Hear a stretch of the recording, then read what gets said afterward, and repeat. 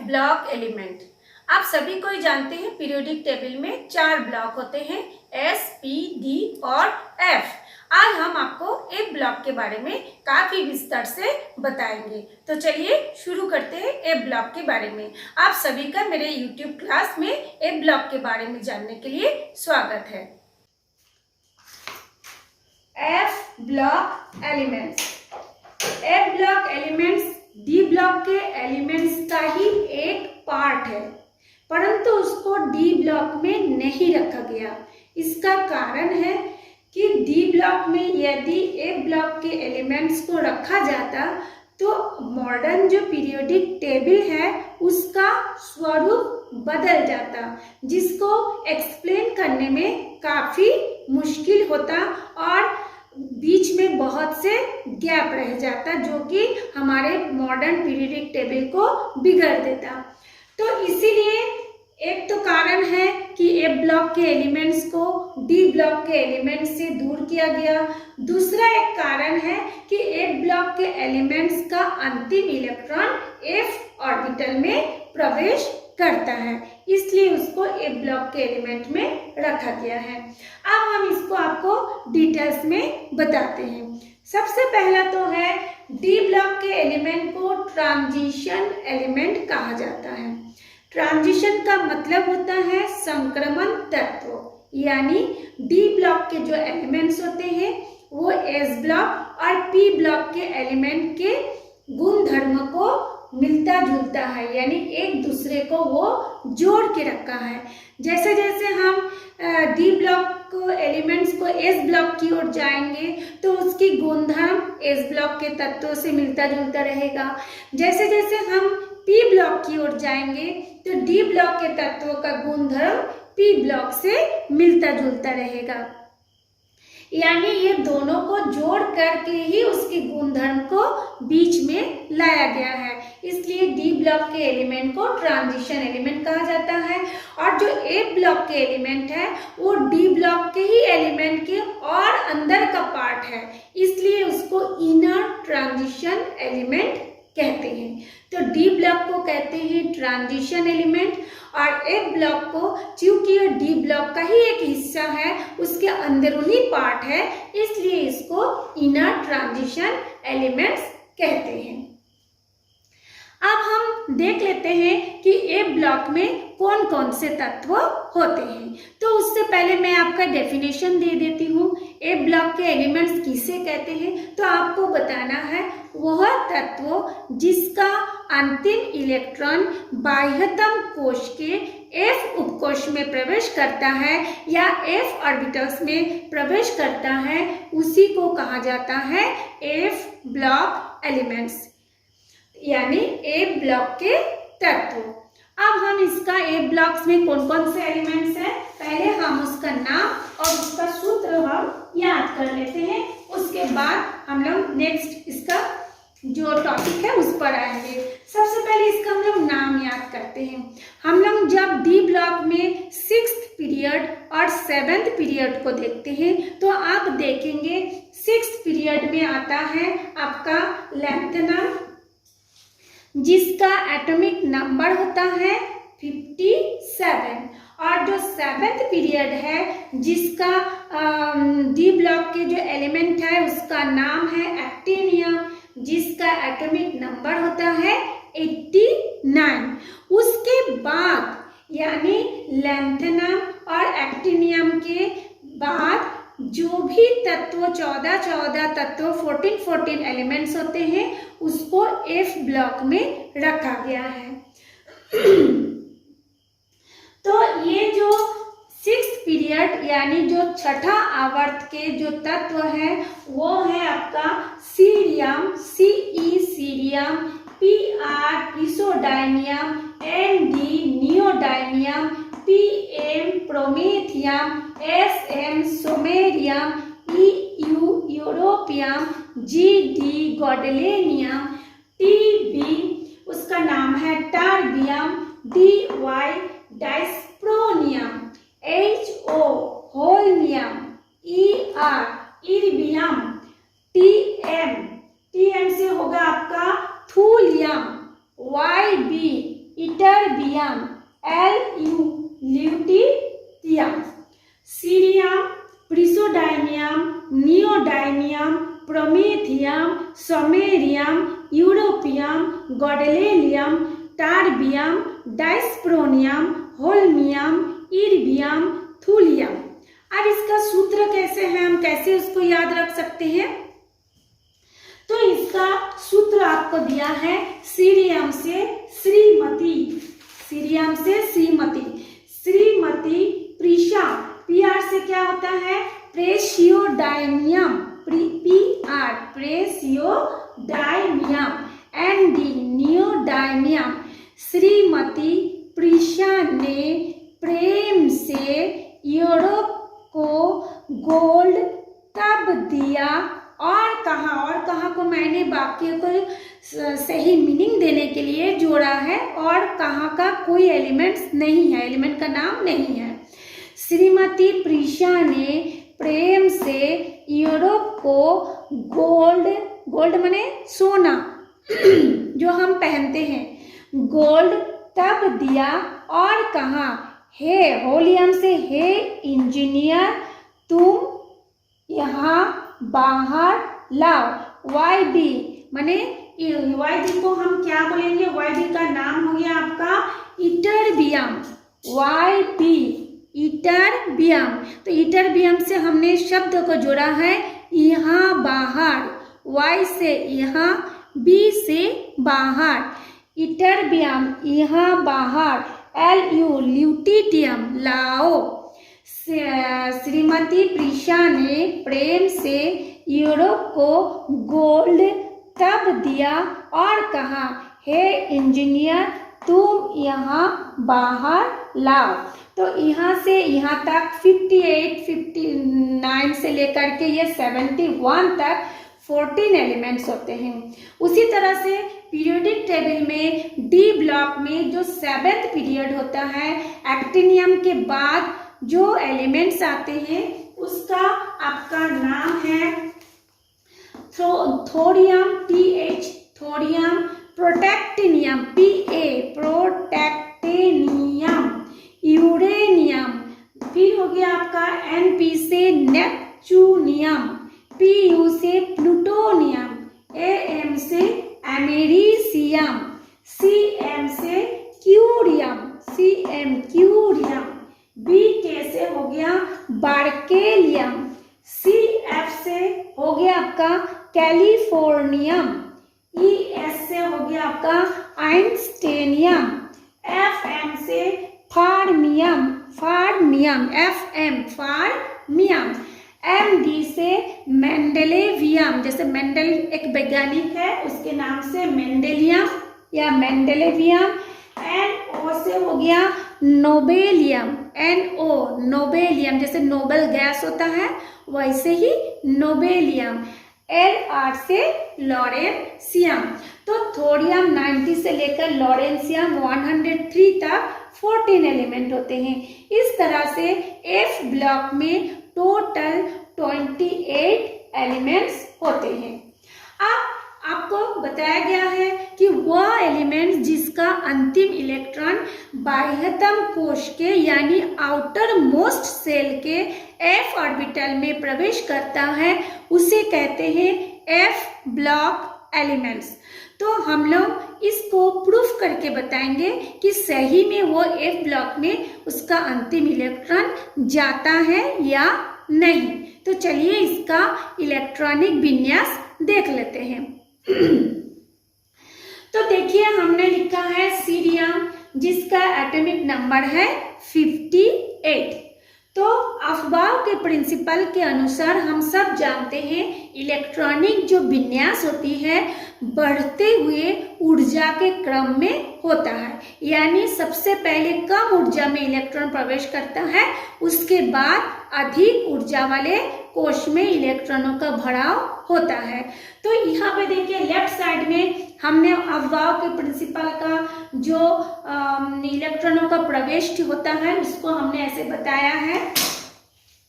तो सबसे पहले इलेक्ट्रॉन आता है 1s में, उसके बाद 2s में, फिर ये 2p में, फिर 3s में, फिर 3p में, फिर 4s में, ऐसे करके ये बढ़ते जाता है।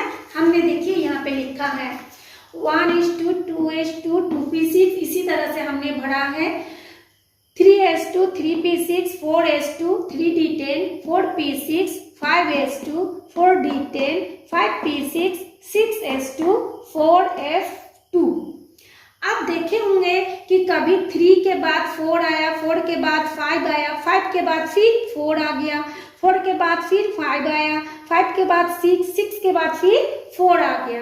तो ये जो 4, 5, 6 जो आगे पीछे हो रहा है, ये है उसकी ऊर्जा का क्रम। ये ऊर्जा का क्रम ऐसे करके होता है। मैंने भी बताया है, आप यदि अफवाह का प्रिंसिपल मेरा वीडियो में दिया हुआ है, देखेंगे तो भी आपको ये क्लियर हो जाएगा। अब एक सवाल होता है 6s2, 4f2, इसका अंतिम इलेक्ट्रॉन कहाँ पे पहुंचा? 4f में पहुंचा, सीरियम का। इसलिए ये सारे तत्वों को यदि आप इलेक्ट्रॉनिक विन्यास देखेंगे, सभी में देखेंगे इसका अंतिम इलेक्ट्रॉन f में पहुंचा है। चाहे वो 4f हो, चाहे वो 5f हो, चाहे वो 6f हो, कोई भी हो, जैसे जैसे एटॉमिक नंबर बढ़ते जाएगा उसी तरह से ये 4f, 5f की संख्या भी आगे बढ़ता जाएगा। फिर हमने देखा, लिखे हैं 4f2 को अंदर कर दिए हैं, 6s2 को बाहर कर दिए हैं। ये इस तत्वों का प्रवृत्ति होती है। कैसी प्रवृत्ति? जैसे देखेंगे हम लोगों के घर में कोई अगर मेंबर होता है जो मजबूत होता है, जो स्ट्रांग होता है, वो सबसे पहले निकलता है। और जो थोड़ा कमजोर होता है, जो छोटा बच्चा होता है, उसको लोग क्या करते हैं, घरों में सुरक्षित रखते हैं। तो हम भी ये सारे तत्वों से मिलकर ही हमारा मानव शरीर निर्माण होता है। तो ये सारे तत्व हमारे अंदर कुछ ना कुछ मात्रा में मौजूद है। तो उसी तत्वों के कारण इनकी जी प्रवृत्ति जो होती है, जैसे कि 4f में कितने इलेक्ट्रॉन रहना चाहिए? हम सभी जानते हैं कि f में यदि 14 इलेक्ट्रॉन होगा या उसका आधा इलेक्ट्रॉन होगा तो वो तत्व स्थायी बन जाता है, यानी वो इनएक्टिव हो जाता है, यानी वो क्रियाशील नहीं होता। वो आसानी से किसी और के साथ क्रिया करके यौगिक नहीं बनाता है। इसीलिए वो क्या करता है, 6x2 को आगे कर देता है, 4f को अंदर कर देता है, ताकि आसानी से उसकी किसी के साथ क्रिया करना ना पड़े। लेकिन इसका अंतिम इलेक्ट्रॉन 4f तक ही जाता है। जैसे देखिए यहाँ पे s में 2 रहेगा तो वो अक्रियाशील होता है, p में 6, d में 10, f में 14। यदि 2, 6, 10, 14 या फिर उसकी आधा 1, 3, 5, 7 होता है तो वो तत्व स्थायी हो जाता है, वो अक्रियाशील हो जाता है, वो किसी के साथ यौगिक नहीं बनाता है। इसलिए मैंने 4f2 को अंदर और 6s2 को बाहर कर दिया ताकि वो स्थायी रूप में दिखा सके। ठीक, हमारा मेन टॉपिक था वो 4f में पहुंचा, इसलिए वो 4f ब्लॉक के एलिमेंट्स है। इसी तरह से हम यदि और एक ठोका देखें, जैसे थोरियम 90, थोरियम है तो ये थोरियम का हमने पहले वो कर लेते हैं, उसका नाम देख लेते हैं।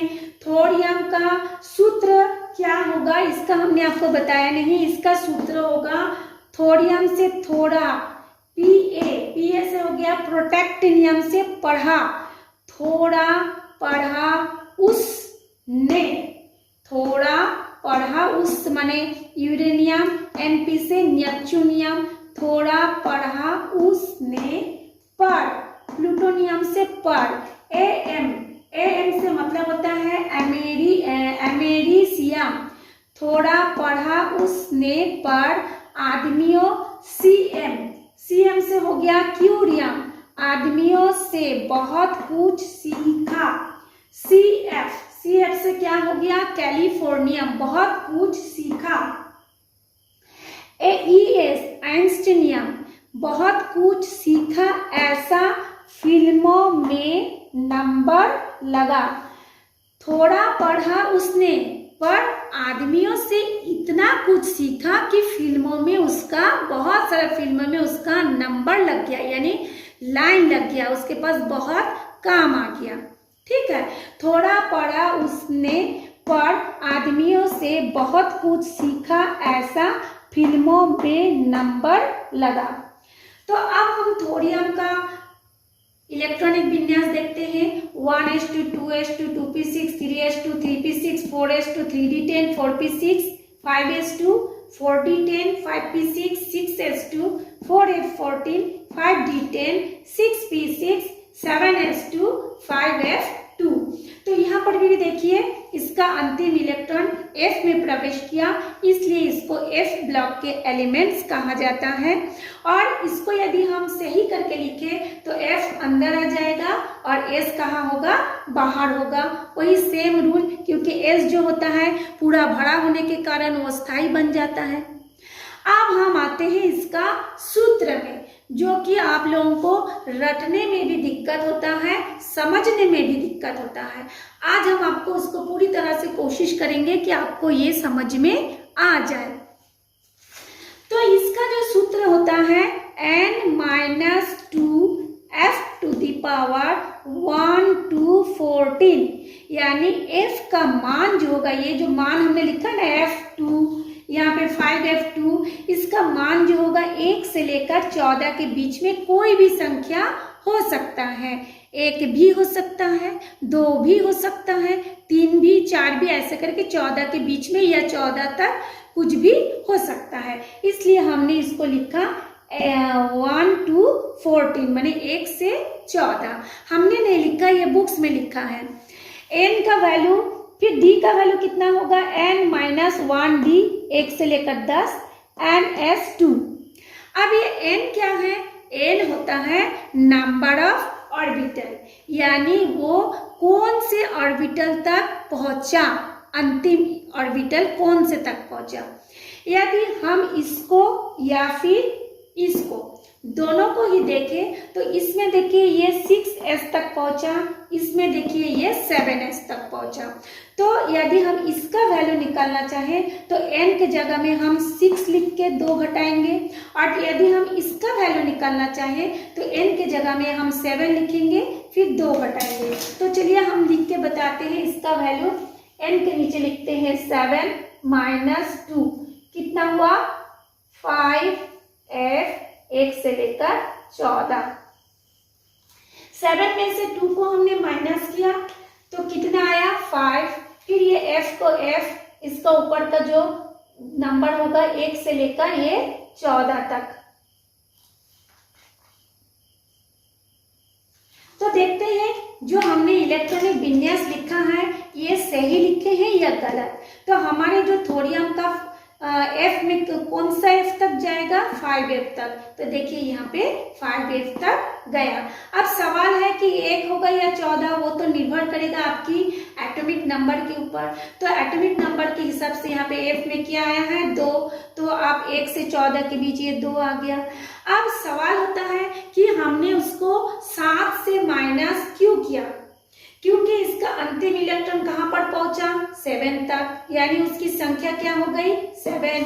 यहाँ पे संख्या क्या हो गई 6, इसलिए हमने इसको 7 से माइनस किया तो 2 आ गया। अब सवाल होता है d का मान कितना होगा। तो देखिए ये 7s, फिर ये 5, ये देखिए हमने ये गया, उसके बाद 5a, फिर ये 6d, फिर यहाँ पे यदि हम करेंगे तो यहाँ पे आ जाएगा 7p, फिर यहाँ पे आ जाएगा 8s। तो n का वैल्यू होगा यहाँ पे 6 - 1। अब सवाल होता है कि 6 क्यों आया, 6 क्यों आया, और यहाँ पे 2 ही क्यों आया, 3 क्यों नहीं आया, 4 क्यों नहीं आया। तो आप अब देखेंगे ये जैसे 7 है, 7 के बाद देखिए ये 6p बीच में आया, या 7 ये 6p बीच में आया, d आया, उसके बाद f आया, है ना। तो ये 2 के बाद f आता है, ये 2 के बाद ये देखिए ना आपका यहाँ पे कितना आया, ये 5f आया, ये 5f आया, इसका वैल्यू कितना आया 5f। तो मतलब 7 में से 2 घटाएंगे तो 5 आया। क्यों 5 आया, क्योंकि बीच में एक तो p भी है, बीच में एक तो d भी है। ये देखिए 6p 5d, उसके बाद आता है f, यहाँ पर भी 7p 6d, उसके बाद आता है f, यानी 7s से सीधा वो कहाँ पे आया 5f में आया। देखिए ये हमारा 7s है, 7s। उसके बाद देखिए एरो गया, जाने के बाद कहाँ पे आया, 5f में आया, यानी 7s के बाद इलेक्ट्रॉन सीधा 5f उपकोष में आ गया। यानी इसका अंतिम इलेक्ट्रॉन जो 7 होगा उसमें से हमको 2 को क्रॉस करना पड़ा है, एक तो p और एक तो d, दोनों को क्रॉस करते हुए उसको f में आया, इसलिए हमने इसको यहाँ पे 2 माइनस किया। अब आता है n का वैल्यू, यहाँ पे 6 में से 1 को घटाएंगे। क्यों 6 क्यों घटाएंगे, यहाँ पे 7 क्यों नहीं घटाएंगे? बीच में कौन आ जा रहा है, p आ जा रहा है। हमने आपको पहले ही बताया है कि ये डी ब्लॉक का ही एलिमेंट का एक पार्ट है, इसलिए देखिए p यानी 7 के अंदर कौन है, 6p है, इसलिए यहाँ पे 6 में से 1 को माइनस करेंगे, यानी 6 माइनस 1 इक्वल टू कितना होता है, 5d10। तो यहाँ पे देखिए आपका 5d10 आया है, ये 5d10 आया। ये जो p बीच में क्या आ गया है, s के बाद बीच में क्या आ गया, p, इसलिए p को हम 6 है तो 6 में से 1 को घटाएंगे, तब आया इसमें आपका 5d। अब एक सवाल होता है ns का वैल्यू कितना होगा, तो जो अंतिम है देखिए अंतिम इलेक्ट्रॉन कहाँ पे गया, 7 तक गया, इसलिए यहाँ पे हो जाएगा 7s2। तो ये 7 से ही हमने अंतिम इलेक्ट्रॉन किया है 7 में पहुंचा, तो 7 से 2 को हमने माइनस किया और फिर उसके बाद 2 को माइनस करने के बाद यहाँ पे इलेक्ट्रॉन किस में आया, 6 में आया। कहाँ पे आया, 6 में, इसलिए 6 में से 1 को घटाएंगे, उसके बाद आया d। अब एक सवाल होता है, जब इसका अंतिम इलेक्ट्रॉन d के बाद p में गया, p के बाद s में गया, s के बाद f में गया, तो हमने इस सूत्र में इस p को मेंशन क्यों नहीं किया, p को क्यों नहीं दिखाया? ये भी तो इसका बाह्यतम कोश है, तो इसको भी हमको सूत्र में दिखाना चाहिए था, लेकिन हमने नहीं दिखाया, हमने उनका मतलब बुक्स में नहीं दिखाया। इसका मेन कारण है क्योंकि ये डी ब्लॉक के एलिमेंट और एफ ब्लॉक के एलिमेंट को दर्शाया जा रहा है, इसमें दोनों को ही देखना पड़ेगा कि वो डी में पहुंचा कितना तक और एफ में पहुंचा कितना तक। इसमें पी ब्लॉक का कोई अंतिम छोर नहीं है, इसका अंतिम छोर है आपका एफ और डी, और लास्ट में जहां तक वो पहुंचा एस में पहुंचा, इसलिए उसको एस को दिखाया गया है। इसलिए इसका जो बाह्यतम कोश पी है, पर पी को ना दिखा के एफ, डी और एन एस को दिखाया गया है। एस को इसलिए क्योंकि वो अंतिम इलेक्ट्रॉन एस में गया, एफ और ये देखो एस और एफ में गया अंतिम इलेक्ट्रॉन, तो अंतिम इलेक्ट्रॉन देखिए इसको जब हम सही करके लिखा तो ये एस तक गया, इसी 7 में से हम माइनस करते गए तो हमको डी का वैल्यू निकल गया। और पी इसका अंदर का हिस्सा है, हमको उस पी ब्लॉक से इसका कोई इनर ट्रांजिशन नहीं है, पी ब्लॉक के अंदर का हिस्सा नहीं है, इसलिए हमने यहाँ पे डी और एफ को दिखाया और एस को दिखाया है। फिर से मैं आपको रिपीट कर दे रही हूँ, इसका अंतिम इलेक्ट्रॉन देखिए 7f तक गया, f को हमने अंदर रखा, s को बाहर रखा, तो बाहर 7s आ गया, 7s में से 2 को माइनस किए। क्यों 2 को माइनस किए? क्योंकि p एक आता है, d एक आता है, ये 2 चीज आता है, 2 के बाद में फिर f आता है, इसलिए इसको 2 को माइनस करना पड़ेगा, यानी 7 माइनस 2, फिर आएगा आपका f का वैल्यू। इसमें भी देखिए f का वैल्यू आया है ना, 4f तक आया है। यहाँ पे देखिए 6p और 5d को माइनस कर देंगे तो ये 4f तक आ गया, 4d तक आ गया, और बीच में आता है p। 7 के बीच में कौन आता है? 7 के अंदर हिस्से में कौन आता है? p। तो p को 6 है, 7 के अंदर क्या है? 6, तो 6 में से 1 को घटाएंगे तब आएगा आपका d का वैल्यू। तो ये देखिए यहाँ पे 5d का वैल्यू आ गया है, ये 5d। इसमें भी आपको देखिए 4d आया है क्योंकि इसका अंतिम इलेक्ट्रॉन क्या है? 6 में पहुंचा, कोश अंतिम कोश किस में पहुंचा? 6 में। तो इसके बाद इसलिए देखो 5 में से 1 को घटाया तो 4d आया, इसमें 6 में से 1 को घटाया तो 5d आया, और अंतिम इलेक्ट्रॉन यहाँ पे 6s2 है, यहाँ पे 7s2 है। तो ये देखिए n-2f, f का वैल्यू 1 से 14 के बीच में, d का वैल्यू 1 से 10 के बीच में, और s का वैल्यू जो अंतिम इलेक्ट्रॉन जहां पर पहुंचेगा, 6 में पहुंचेगा तो 6 होगा, 7 में पहुंचेगा तो 7 होगा, 5 में पहुंचेगा तो 5 होगा। यही था आपका ए ब्लॉक का एलिमेंट, जो कि 28 एलिमेंट्स होते हैं।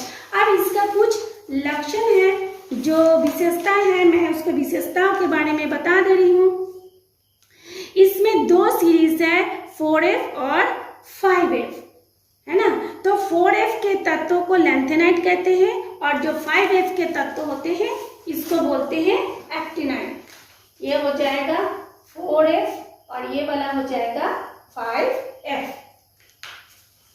तो 4f के तत्वों को लैंथेनाइड कहते हैं और जो 5f के तत्व होते हैं उसको एक्टिनाइड कहते हैं।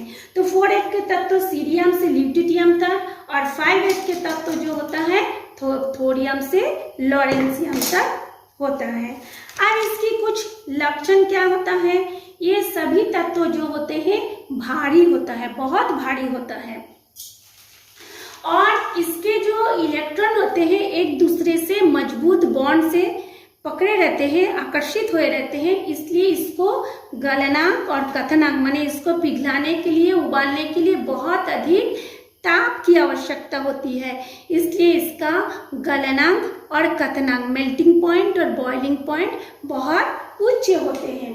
दूसरा हो गया इसकी ऑक्सीकरण अवस्था। इसकी ऑक्सीकरण अवस्था अलग अलग होती है, मतलब बदलते रहता है। क्यों बदलते रहता है, तो देखिए इसका जो अंतिम का जो इलेक्ट्रॉन होगा यहाँ पे 4f2, यहाँ पे देखिए 5f2, इसी तरह से आप सबका देखते जाएंगे तो उसका ये बदलते रहेगा, संख्या बदलते रहेगी, f की वैल्यू बदलते रहेगी। इसी कारण से इसकी ऑक्सीकरण अवस्थाएं या ऑक्सीकरण संख्या अलग अलग होता है। और जो होता है ये इसका यदि जलीय विलयन देखा गया है तो इसका जलीय विलयन में रंगीन आयन यानी कलरफुल आयन देते हैं और ये संकुल लवण बनाते हैं यानी कॉम्प्लेक्स सॉल्ट का निर्माण करते हैं। इसके अलावा ये जो 5f के जो एलिमेंट्स होते हैं थोरियम से लेकर ये लॉरेंसियम तक, ये क्या होता है रेडियो एक्टिव एलिमेंट्स होते हैं। ये सारे के सारे रेडियो एक्टिव एलिमेंट्स जो बहुत अधिक क्रियाशील होती हैं। यूरेनियम जिसका एटॉमिक नंबर होता है 92 के बाद के जो तत्व होते हैं, जैसे यूरेनियम के बाद क्या होता है नेपच्यूनियम, प्लूटोनियम, अमेरिशियम, ये सारे तत्व उसको कहा जाता है आपका ट्रांस यूरेनियम। ये है यूरेनियम और यूरेनियम के बाद का तत्व होता है ट्रांस यूरेनियम। तो ये था आपका आज का ए ब्लॉक के एलिमेंट्स के बारे में, ये सूत्र के बारे में। आशा करती हूँ आप लोगों को समझ में आ गया होगा। और ये जो नीचे वाला थोरियम है, फिर आपका ये जो यूरेनियम है, नेपच्यूनियम है, प्लूटोनियम है, प्रोटेक्टिनियम जो है, ये सब ज़्यादातर अमेरिका में ही आविष्कार हुआ है, पाया गया है पहले, और वहाँ के वैज्ञानिकों के नाम से ही ये सब नाम को रखा गया है। ये सारे जो है कैलिफोर्निया, बर्केलियम, ये सब आइंस्टीनियम, फिर फार्मियम, मेंडेलिवियम, ये सारे वहाँ के जगह के वैज्ञानिकों के नाम से ही ये सारे तत्वों का नाम रखा गया है। तो ये था आज के ब्लॉक का एलिमेंट्स। आशा करती हूँ आप लोगों को समझ में आया होगा। अगर आ गया है तो आप लाइक कर दीजिएगा। अगर इससे रिलेटेड कुछ भी आपको सवाल करना है, कुछ भी क्वेश्चन पूछना है तो आप मुझे कमेंट्स में पूछ सकते हैं। तो आज के लिए इतना ही। आज हम फिर से मिलेंगे एक नए टॉपिक के साथ नेक्स्ट क्लास में।